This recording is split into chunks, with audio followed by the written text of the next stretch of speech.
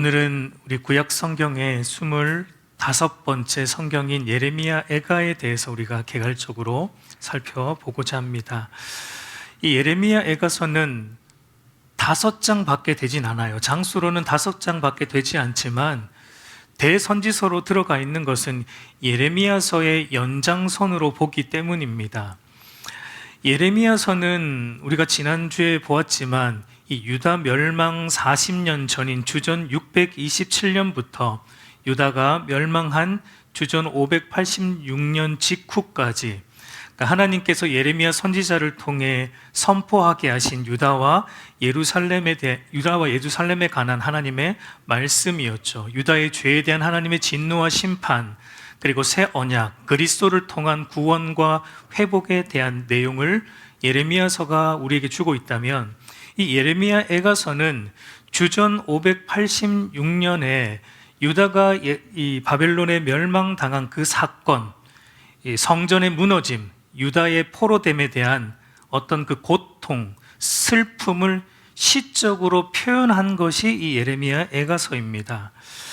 예레미야 애가는 총 이제 5장인데, 그러니까 각 장 한 장 한 장이 한 편의 시다라고 보시면, 한 편의 애가시라고 보시면 돼요. 재밌는 것은 여러분, 3장을 제외한 나머지 장들이 전부 몇 절로 되어 있습니까?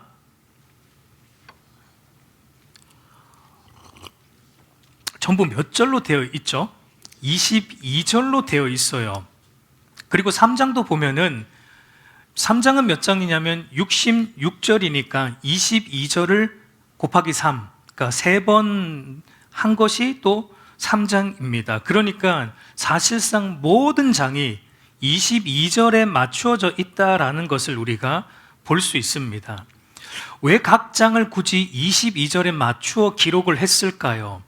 이번 주 수요 예배 말씀을 들으신 분들은 아마 떠오르는 것이 있을 텐데, 수요 예배 때 보았던 시편 25편도 몇 절로 되어 있었습니까? 22절로 되어 있었어요.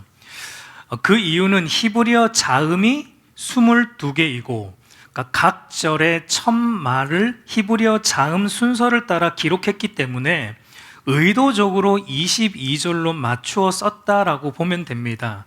이 같은 문학 형식을 답관체 혹은 이합체라고 부릅니다. 이해하기 쉽게 우리 한글로 좀 비유해서 말씀드리면, 1절은 우리 한글 자음 기억으로 시작을 하는 거예요. 기억으로 들어가는 첫말, 그대는 너무나 아름답습니다. 그리고 2절은 우리 자음 니은이로 시작하는 말, 내게는 그대밖에 없습니다. 3절은 디귿으로 시작하는 말로, 다른 사람은 제게 아무런 의미가 없습니다. 제가 저희 아내한테 쓰는 시입니다. 그러니까 이렇게 이제 끝절까지 자음 순서를 따라 첫머리에 그 자음을 넣어서 쓰는 방식이 이 답관체, 이합체, 그런 형식으로 예레미야 애가서가 기록이 되었다라는 것입니다. 물론 5장 전체가 이렇게 기록된 것은 아닙니다. 마지막 5장은 그러니까 이런 방식으로 히브리어 자음 순서로 기록된 것은 아닌데, 그럼에도 의도적으로 22절에 맞추어 썼다라는 데 어떤 의미가 있습니다.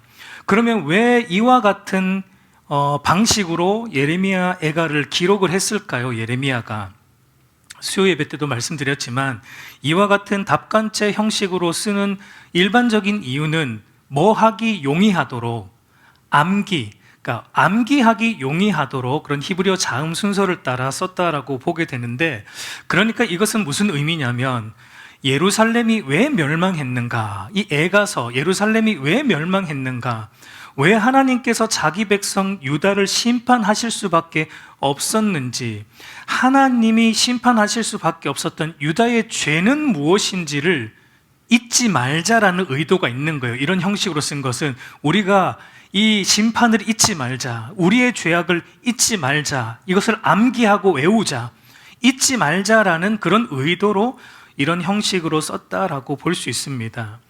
그러니까 여러분, 우리는 사실 좋은 일만 기억하고 싶고 우리 인생의 기쁜 일만 기억하고 싶은 경향이 있지만, 사실 우리 인생에 좀 안 좋은 일, 나를 수치스럽게 만드는 부끄러웠던 일도 어떤 면에서 우리는 기억하는 것이 굉장히 유익이 돼요. 왜냐하면 그것을 기억함으로 우리가 또다시 그와 같은 어떤 실수를 범하지 않고 그와 같은 죄를 범하지 않을 수 있기 때문에 그런 부끄러운 일도 기억하는 것은 유익하다라는 것이죠. 그러니까 예레미야 애가가 그렇게 시로 노래로 만들어져서 유다 백성들에게 부르게 만들었던 이유도 그런 겁니다. 우리가 왜 멸망당했나? 우리가 바벨론에 왜 포로로 잡혀갔나? 그 바벨론 포로의 참상이 얼마나 비참했는가? 이걸 노래로 부르면서 잊지 말자. 우리의 죄를 잊지 말자. 하나님이 심판하실 수밖에 없었던 우리의 죄악을 잊지 말고 우리가 또다시 그와 같은 죄를 안 짓도록 우리가 애쓰자. 그런 의도로 이 예레미야 애가가 기록되었다라고 볼 수 있습니다. 그리고 또한 이 히브리어 자음 처음부터 끝까지 22개에 맞춰서 이 예레미야 애가를 썼다라는 것은, 그러니까 히브리어는 구약 성경을 기록된 언어이죠. 그러니까 히브리어 자음 처음부터 끝까지를 다 사용했다라는 것은 어떤 말씀의 총체성, 말씀의 완전성을 의미하는 것으로, 지금 유다가 하나님이 말씀하신 대로 심판을 받았고 지금 예레미야 애가를 쓰고 있는 이 시점에 아직 일어나지 않은 일은 무엇이죠? 유다의 회복은 아직 일어나지 않았어요. 그러나 하나님이 말씀하신 대로 우리가 심판도 받았지만 하나님이 말씀하신 대로 앞으로 뭐가 일어날 거다. 회복도 일어날 거고, 하나님이 약속하신 대로 장차 그분이 오시면, 메시아가 오시면 완전한 구원도 일으키실 것이다.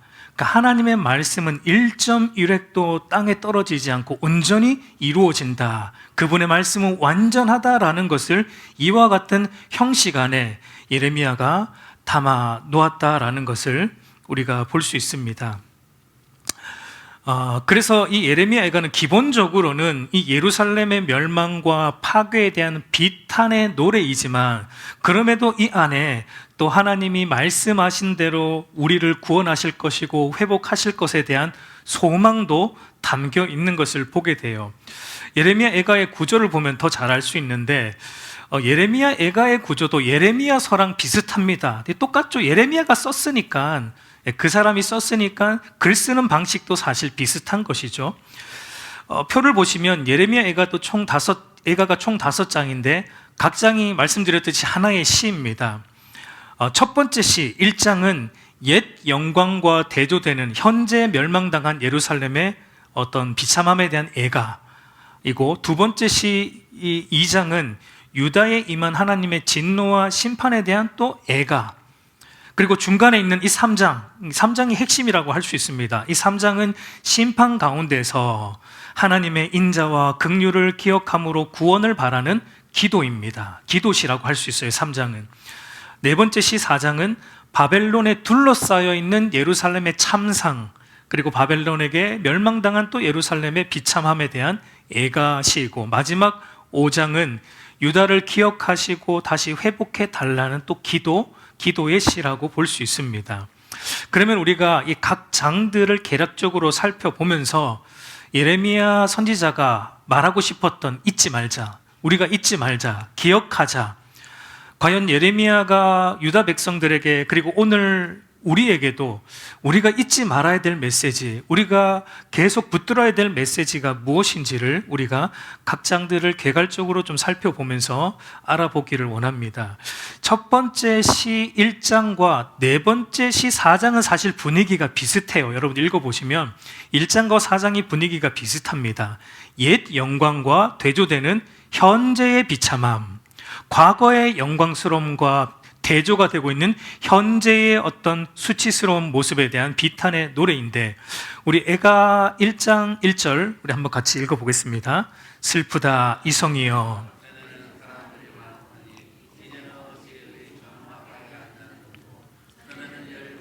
크던 자가 이제는 가부가 되었고, 전에는 열방 중에 공주였던 자가 이제는 강제 노동을 하는 자가 되었도다.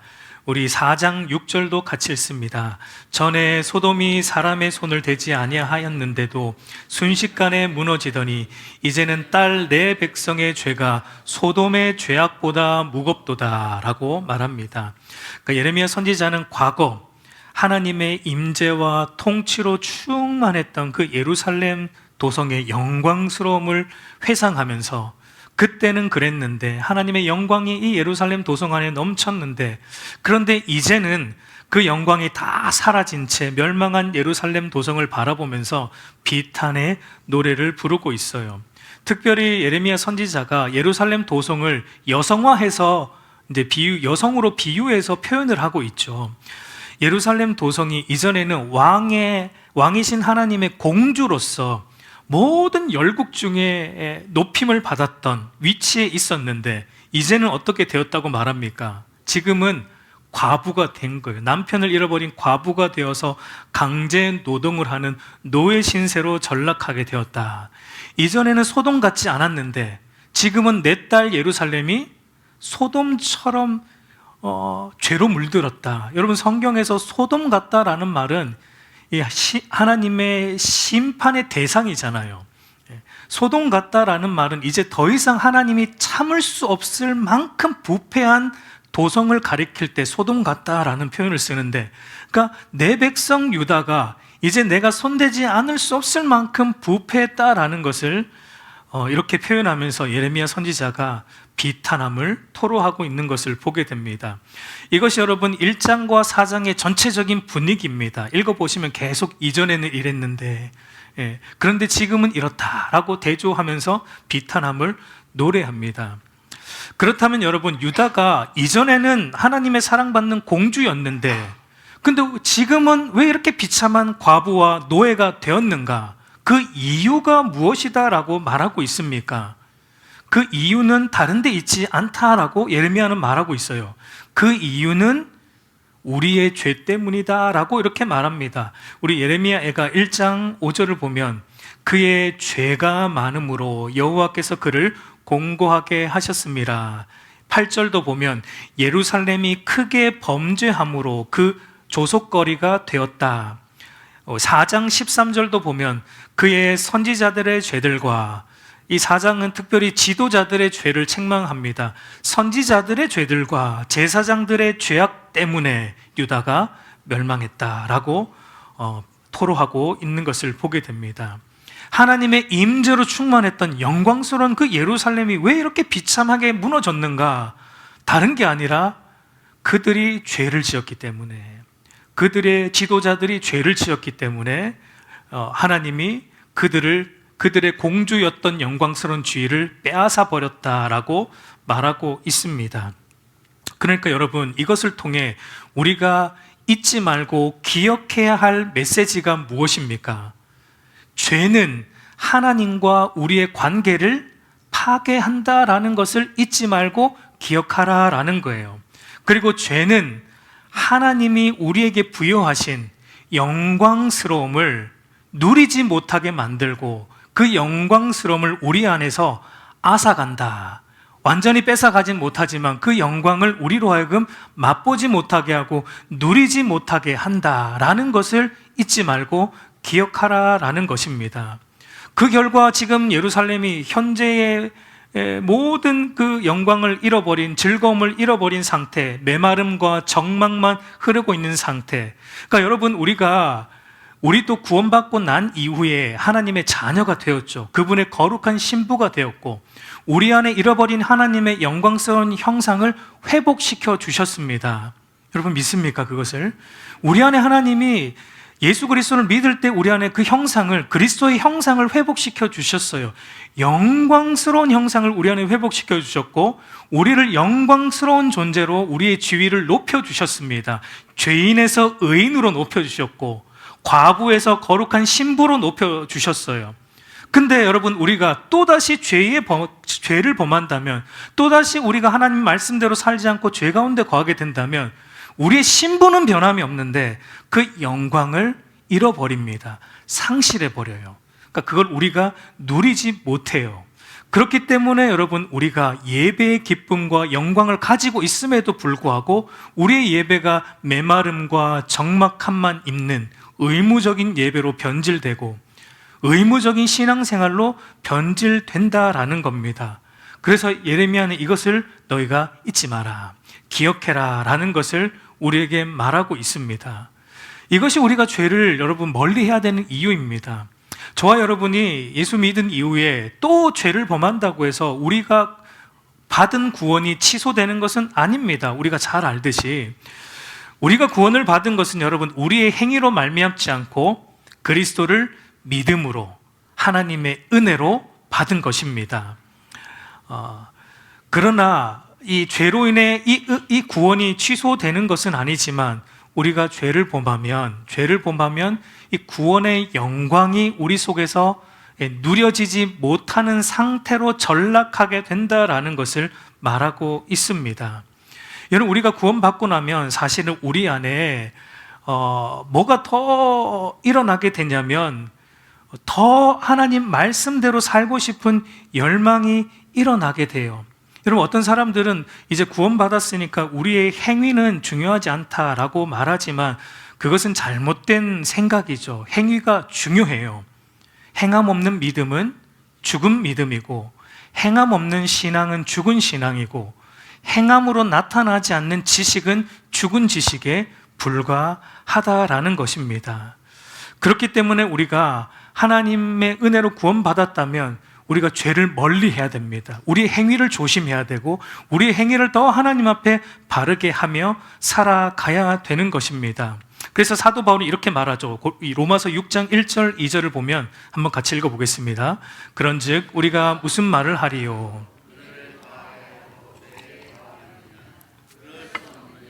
죄에 대하여 죽은 우리가 어찌 그 가운데 살리요? 우리는 죄에 대해서 죽었기 때문에 이제 우리의 행함으로 죄를 짓지 않도록, 그럴 수 없다. 이제 우리는 우리의 행함으로 죄를 짓지 않도록 우리의 행함을 더 신경을 써야 되고 더 열심을 내야 된다라는 것을 말하고 있습니다. 그러므로 죄가 하나님과 우리 사이를 깨트리고 멀리하게 한다라는 이 사실을 잊지 말라. 기억하라. 이것을 기억함으로 날마다 죄로부터 돌아서야 한다라는 것을 예레미야 선지자가 잊지 말고 기억할 것을 말하고 있습니다. 두 번째 시인 2장을 보면 유다에게 임한 하나님의 진노와 심판에 대한 애가인데 2장의 초점은 유다의 멸망은 하나님이 행하셨다라는 데 초점이 있습니다. 우리 예레미야 애가 2장 1절 한번 같이 읽겠습니다. 슬프다. 주께서 어찌 그리 진노하사 딸 시온을 구름으로 덮으셨는가. 이스라엘의 아름다움을 하늘에서 땅에 던지셨으며. 여러분, 여기 보면 누가 하나님의 백성 유다를 구름으로 덮고 누가 하나님의 백성 유다를 땅에 집어 던지셨다라고 말하고 있습니까? 주께서. 우리 눈에 보이는 역사는 바벨론이 한 것이지만, 바벨론이라는 나라가 유다를 멸망시켰지만 실질적으로 유다를 멸망시킨 장본인은 주님, 하나님이 유다를 던져버리셨고 하나님이 자기 백성 유다를 멸망시키셨고 하나님이 자기 백성 유다를 심판하셨다. 심판의 주체는 하나님이시다라고 말합니다. 그래서 여러분 2장을 읽어보시면 계속 반복되는 표현이 뭐냐면 주께서 하셨다. 주께서 이렇게 하셨다. 주께서 이렇게 하셨다라는 표현이 2장 안에 계속 반복되어 나오는 것을 볼 수 있습니다. 그러니까 이것을 통해 예레미야가 우리에게 무엇을 잊지 말라는 겁니까? 무엇을 기억하라는 겁니까? 하나님이 온 세상의 심판주이시다. 그리고 그분은 죄에 대해서는 반드시 뭐 하신다? 심판하신다라는 걸 잊지 말아라. 하나님이 열방의 죄는 물론이고 하나님이 택한 자기 백성이라도 죄가 있으면 하나님은 얼마든지 던져버리실 수 있다라는 것을 너희는 잊지 말라. 여러분, 유다 백성들이 가졌던 잘못된 신학이 하나 있었습니다. 이스라엘 백성들이 가지고 있던 잘못된 신학과 잘못된 신앙관이 하나 있었어요. 그게 뭐냐면 우리는 하나님이 택한 언약 백성이기 때문에 하나님이 이방 나라는 심판하셔도 우리는 심판 안 하신다. 예루살렘에 뭐가 있으니까, 예루살렘에 하나님이 임재하시는 성전이 세워져 있기 때문에 예루살렘은 뭐 안 한다? 안 망한다. 예루살렘은 절대 안 망한다. 왜? 예루살렘에 하나님의 성전이 세워져 있기 때문에 예루살렘은 절대 안 망한다라는 이 잘못된 신학, 잘못된 성전 신학과 잘못된 신앙관이 유다 백성들에게 있었습니다. 그리고 예레미야서를 읽어보시면 이런 메시지를 전하는 거짓 선지자들이 있었어요. 거짓 선지자들이 나와서 어떤 메시지를 전했냐면, 너희가 하나님의 언약 백성인데 하나님이 너희를 심판하겠냐? 아니다. 하나님이 너에게 평안을 주신다. 너희는 평안하다, 평안하다. 거짓 선지자들이 주로 하는 말이 여러분 그런 거예요. 괜찮다, 평안하다. 그러나 예레미야 선지자는 반대로 했잖아요. 안 괜찮다, 지금 너희가 죄 때문에 안 괜찮다, 심판하신다, 돌이켜라. 이 유다 백성들이 가지고 있던 잘못된 이 신앙과 신학이 바로 그런 거였습니다. 그러나 하나님이 어떻게 하셨다라는 겁니까? 하나님은 자기 백성이라도, 내가 선택한 내 백성이라도, 내 백성이 내 뜻대로 살지 않으면, 하나님 말씀 안에 거하고 있지 않으면, 하나님의 통치를 벗어나면 내 백성이라도 나는 손댄다. 내 백성이라도 나는 집어 던질 수 있다라고 말하고 있는 것이고, 예레미야 선지자가 바로 이 애가 2장을 통해 이것을 잊지 말자. 근데 여러분, 하나님이 왜 자기 백성, 택한 자기 백성을 이렇게 심판하십니까? 하나님의 백성이 하나님 백성답지 않았기 때문입니다. 성전이 성전답지 않았기 때문입니다. 세상과 구별되어야 될 하나님의 백성이 세상과 섞였기 때문에 하나님이 손을 대셨다. 여러분, 마찬가지예요. 오늘 하나님의 거룩한 백성으로 부름을 받은 저와 여러분도 우리가 세상에서 구별되는 존재로 부름을 받았습니다. 그런데 여러분, 우리가 세상과 똑같이 섞여서 살아간다, 세상과 똑같이 짝하여 살아간다면 하나님은 구원한 자기 백성도 구원을 취소하는 건 아니지만 던지실 수 있다, 심판하실 수 있다. 아니, 어떻게 하나님이 그러실 수 있습니까? 하나님이시기 때문에 그러셔야 돼요. 그분은 거룩하시기 때문에 그러셔야 됩니다. 그분은 죄를 참아 보실 수 없는 거룩하신 하나님이시기 때문에 그렇게 하셔야 됩니다. 그러니까 여러분, 우리가 우리 안에도 잘못된 어떤 이 유다의 성전, 잘못된 성전 신앙처럼 우리 안에도 잘못된 이 성전 신학이 있죠. 교회 안에 내가 교회 안에 몸담고 있기 때문에 괜찮다. 그러니까 마치 교회 안에 있는 것이 모든 위협으로부터 막아주는 어떤 보호막처럼 생각하는, 은연중에 그런 생각을 하는 잘못된 신앙관이 우리 안에도 있을 수 있습니다. 그러나 기억해야 한다라고 말합니다. 하나님은 구원받은 자기 백성이라도 죄가 있으면, 하나님의 뜻대로 살지 않으면 다루신다, 심판하신다라는 것을 잊지 말고 기억해야 한다. 여러분, 그런 점에서 우리가 하나님 없이 살아가고 있을 때, 그런데도 우리 인생이 막 탄탄대로처럼 잘 풀리고 있다면 그거 여러분 복입니까? 내가 하나님 뜻대로 안 가고 있는데 내 인생이 그래 계속 탄탄대로처럼 열리고, 내가 전혀 하나님을 바르게 믿고 있지 않는 대로 내 인생이 아무런 문제가 없이 그냥 하는 일마다 다 잘 되고 있다면 그거는 여러분 하나님이 주신 복이다라고 생각하면 안 돼요. 그럴 때는 여러분, 하나님이 손대해 주시고 우리를 던져 주시는 게 하나님의 은혜입니다. 왜냐하면 그것이 내가 택한 백성이다라는 증거이기 때문입니다. 우리가, 저와 여러분이 하나님 말씀대로 안 가고 있을 때 하나님이 저와 여러분을 던져주시는 복이 있기를 간절히 소망합니다. 그것이 복이에요, 여러분. 세 번째 시, 우리 3장과 이제 마지막 5번째 시 5장, 5장을 좀 같이 묶어서 보면 심판 가운데 하나님의 인자와 긍휼을 기억함으로 구원을 바라는 기도 시입니다. 하나님이 자기 백성 유다를 심판하시지만, 그러나 그 심판 안에 담겨있는 하나님의 본심이 무엇인지를 이 예레미야 애가 3장에서 하나님이 나타내어 주시는데, 우리 오늘 읽었던 애가 3장 31절에서 33절 한번 다시 읽어보겠습니다. 이는 주께서 영원하도록 버리지 아니하실 것이며, 그가 비록 근심하게 하시나 그의 풍부한 인자하심에 따라 긍휼히 여기실 것임이라. 주께서 인생으로 고생하게 하시며 근심하게 하심은 본심이 아니시로다. 여러분, 하나님은 자기 백성이라도 죄가 있으면 던지시고 심판하십니다. 근데 왜 심판하시는가? 왜 던지시는가? 그 목적이 어디에 있는가? 하나님의 심판의 목적은 다시 회복하기 위함이다라는 겁니다. 그 죄로부터 돌아서게 하기 위함으로 하나님은 잠시 던지는 거예요. 영원히 던지는 게 아니고 영원히 심판하시는 게 아니라 잠시 회복을 위해서 잠시 손을 대신다. 마치 아버지가, 부모가 자녀를 위해 매를 들듯이, 자녀의 발음을 위해 징계를 하듯이 하나님도 자기 백성의 발음을 위해 잠시 징계하신다. 그러니까 여러분, 이것이 하나님의 본심이다라는 것을 말하고 있습니다.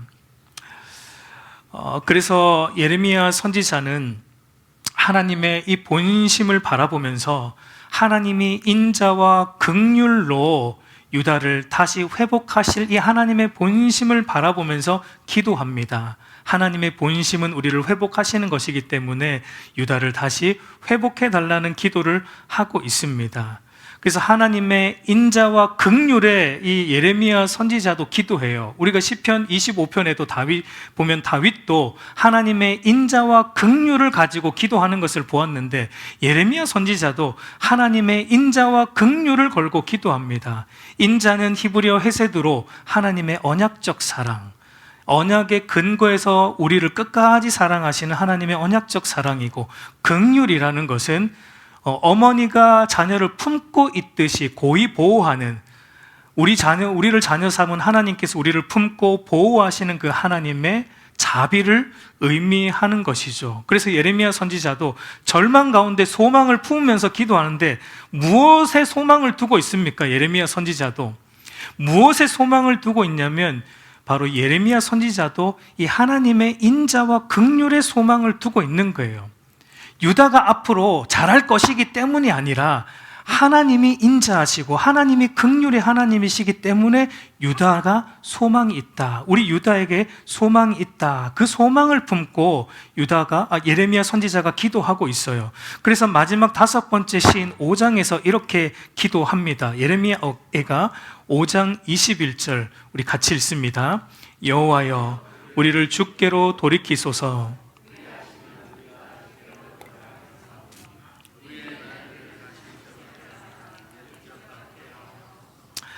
예레미야가 마지막으로 기도를 하면서 이 유다를 돌이켜달라고 기도하면서 어떻게 기도합니까? 유다를 돌이켜달라고 기도하는데 어떻게 기도합니까? 누가 돌이키셔야 된다는 겁니까? 주께서 돌이켜달라는 거예요. 유다가 스스로 돌이킨다가 아니고요, 하나님께서 당신의 인자와 긍휼로 유다를 돌이키시면 유다가 그제서야 돌아올 수 있습니다.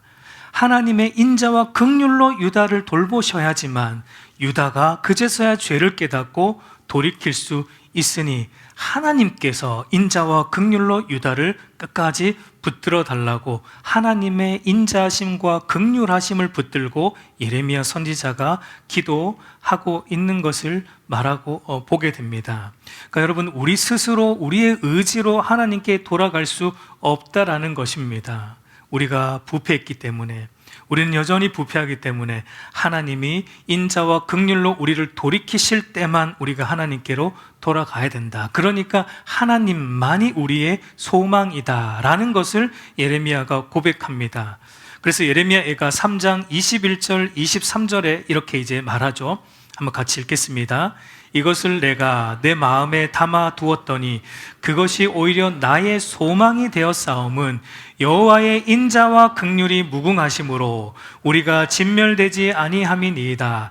이것들이 아침마다 새로우니 주의 성실하심이 크시도소이다. 여기도 보면 예레미야가 어디에 소망을 두고 있습니까? 하나님의 인자와 긍휼이 무궁하다라는 것에 우리의 소망이 되었습니다. 이것이 우리의 소망입니다. 이것이 아침마다 새롭습니다 라고 예레미야 선지자가 고백하면서 지금 예레미야의 눈앞에 펼쳐 있는 것은 예루살렘의 무너짐이고 예루살렘의 이 무너진 예루살렘의 비참함을 예레미야는 눈으로 보고 있는데, 그럼에도 예레미야가 이 비참한 현실 속에서 눈을 들어 하나님의 인자와 긍휼을 보면서 소망을 가지는 겁니다. 하나님의 인자와 긍휼 때문에 무너진 유다는 다시 회복될 것이고 하나님이 하나님의 백성을 다시 새롭게 하실 것이다 라는 소망을 가지고 있는 것입니다. 오늘 저와 여러분도 마찬가지예요. 여러분, 우리 자신을 바라보면 여러분 소망을 가질 수 있을까요? 저와 여러분을 바라보면 우리가 아침마다 새롭습니까? 그럴 수도 있겠죠. 아침마다 일어나서 거울 보면서 오늘도 참 잘생긴 얼굴 보면서 새롭다 이렇게 할 수 있는데, 그러나 여러분, 우리 자신의 내면을 보면 조금도 새롭지가 않아요. 우리 자신의 내면을 바라보면 우리는 절망할 수밖에 없습니다. 제 자신도 그래요. 제 내면을 바라보면 제가 앞에서 이렇게 말씀 전하고 있는 게 하나님 앞에 얼마나 죄스러운지 모릅니다. 절망스럽습니다. 그럼에도 우리가 소망을 가지는 것은 우리를 보기 때문이 아니라 우리를 붙드시는, 우리를 인자와 긍휼로 날마다 새롭게 하시는 하나님 때문에 소망을 우리는 또 가질 수 있는 것입니다. 저와 여러분의 인생에 이 예루살렘의 무너짐 같은 현실을 우리가 만날 수 있습니다. 절망스러운 순간을 우리가 만날 수 있습니다. 그때 우리가 무엇으로 소망할 수 있어요? 그때 우리가 무엇으로 힘을 얻을 수 있습니까? 하나님밖에 누가 있겠습니까? 인간에 도와줄 수 있어요. 환경이 나아질 수 있어요. 그러나 그것은 일시적이에요. 잠시입니다. 그러나 하나님이 인자하시고 긍휼하시기에 그분이 나의 인생을 붙잡고 있다라는 사실을 또 눈을 들어 바라보면 그것 때문에 매일 아침마다 새로운 겁니다. 그것 때문에 매일 아침마다 감격스러운 하루를 시작할 수 있는 것입니다. 그래서 하이델베르그 교리문답 1문에서 이런 말을 합니다. 살아서나 죽어서나 당신의 유일한 위로는 무엇입니까? 살아있을 때도 당신의 위로는 무엇이고 죽었다 할지라도 죽어서도 당신의 위로가 무엇인가? 답을 같이 읽어보겠습니다. 살아서나 죽어서나 나는 나의 것이 아니요 몸도 영혼도 나의 신실한 구주 예수 그리스도의 것입니다. 그리스도께서는 그의 보혈로 나의 모든 죄값을 완전히 치르고 또한 하늘에 계신 나의 아버지의 뜻이 아니면 머리털 하나도 땅에 떨어지지 않도록 나를 보호하시며 참으로 모든 것이 합력하여 나의 구원을 이루도록 하십니다. 그러함으로 그의 성령으로 그분은 나에게 영생을 확신시켜 주시고 이제부터는 마음을 다하여 즐거이 그리고 신속히 그를 위해 살도록 하십니다. 이것이 바로 우리가 살아있을 때도 위로이고 우리가 죽어서도 이것이 위로입니다. 저와 여러분이 우리의 것이 아니라 나의 신실한 구주 예수 그리스도에게 속해 있다라는 것이 저와 여러분의 살아서나 죽어서나 유일한 힘과 위로입니다. 그럴 때 여러분, 내 인생에 일어나는 이것을 우리가 확신할 때 저와 여러분의 인생에 일어나는 고난이 아니고 그때부터는 유익이 됩니다. 이게 여러분 기독교 신앙의 놀라운 점이에요. 세상 사람들의 눈에 고난은 그저 고난이에요. 그러나 우리 기독교인의 눈에, 이 사실을 붙들고 있는 신앙인의 눈에는 우리 인생에 있는 고난이 고난으로만 보여지는 게 아니라 유익으로 여겨지는 놀라운 역사가 일어납니다. 시편 119편 71절 우리 마지막으로 한번 같이 읽겠습니다. 고난 당한 것이 내게 유익이라 이로 말미암아 내가 주의 율례들을 배우게 되었나이다. 여러분, 이것이 우리를 징계하시는 하나님의 마음, 하나님의 본심입니다. 우리 인생 가운데 많은 고난이 올 수 있습니다. 물론 그 모든 고난이 이 유다 백성들이 임한 것처럼 죄로 인한 고난은 아닐 거예요. 욥과 같은 고난도 있습니다. 우리가 죄를 짓지 않았지만 하나님의 특별한 목적 때문에 주어지는 고난도 우리 인생에는 많이 있습니다. 그러나 대부분 많은 경우는 때로는 우리의 연약함, 우리의 죄로 인해 유다 백성들처럼 우리의 죄가 크기 때문에 하나님이 연단의 의미로서, 징계의 의미로서 주는 어떤 고난도 우리 인생에 찾아옵니다. 그러나 우리가 이 사실을 붙들고 있다면 그 고난은 우리로 하여금 하나님께로 돌아가게 하는 어떤 재료가 되기 때문에 우리로 하여금 주의 율례를 더 배우게 하는 하나님의 손길이기 때문에 고난이 유익이 되는 은혜가 우리 안에 일어난다라는 것입니다. 그러므로 여러분, 저와 여러분이 잊지 말고 기억해야 되는 것은 이거예요. 하나님은 인자하시다. 그분은 긍휼이 풍성하신 분이다. 그분이 저와 여러분을 붙들고 있다. 이거 우리가 머리로 알아요. 근데 이거를 자주 있습니다. 우리는 이 영적 건망증이 우리에게 있어가지고 자주 있습니다. 이걸 늘 기억해야 돼요. 우리 하나님은 인자하시다. 그분은 긍휼하시다. 그 하나님의 본심은 나를 더 하나님의 거룩한 백성 만드는 것이다.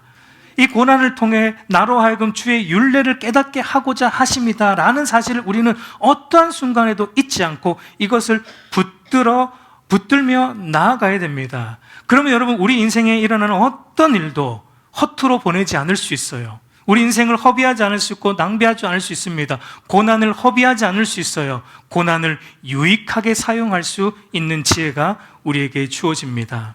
이제 말씀을 맺겠습니다. 여러분, 지금 우리는 선지서들을 살펴보고 있는데 사실 오늘날 우리에게 인기 없는 성경이 선지서이죠. 왜냐하면 선지서들은 처음부터 끝까지 죄에 대한 하나님의 진노와 심판의 메시지가 주로 나오기 때문에, 그리고 우리의 본성이 사실 그런 죄에 대한 책망과 진노를 듣는 것을 그렇게 달갑게 여기지 않기 때문에 사실 선지서들이 인기가 없어요. 그러나 여러분, 선지서들을 많이 읽으세요. 왜냐하면 선지서 안에만큼 하나님의 마음이 담겨 있는 성경이 없습니다. 물론 모든 성경은 다 하나님의 마음이 담겨 있는데 이 선지서만큼, 제가 볼 땐 그래요. 선지서만큼 하나님의 이 절절한 마음, 자기 백성을 포기 못하시는 하나님의 이 절절한 마음, 자기 백성을 향해 이 불일듯이 일어나는 하나님의 이 긍휼과 인자와 거룩의 마음이 선지서만큼 잘 반영되어 있는 성경은 찾아보기 힘듭니다. 여러분, 그러니까 이 선지서들을 여러분 매일 읽으십시오. 우리가 선지서들을 지금 살펴보고 있지만 선지서들을 통해 여러분이 이 안에 있는 나를 향한 하나님의 마음을 날마다 깨닫는 은혜가 있길 소망합니다. 나를 향한 이 불 끓는 하나님의 이 마음, 포기 못하시는 하나님의 이 마음, 내 안에 있는 죄를 하나하나 다 제거하시기 위해 지금도 쉬지 않고 우리와 일하시는 그 하나님의 열심, 그 하나님의 마음을 저와 여러분이 선지서들을 통해 깨닫는, 깊이 깨닫는 은혜가 있기를 우리 주님의 이름으로 축복합니다.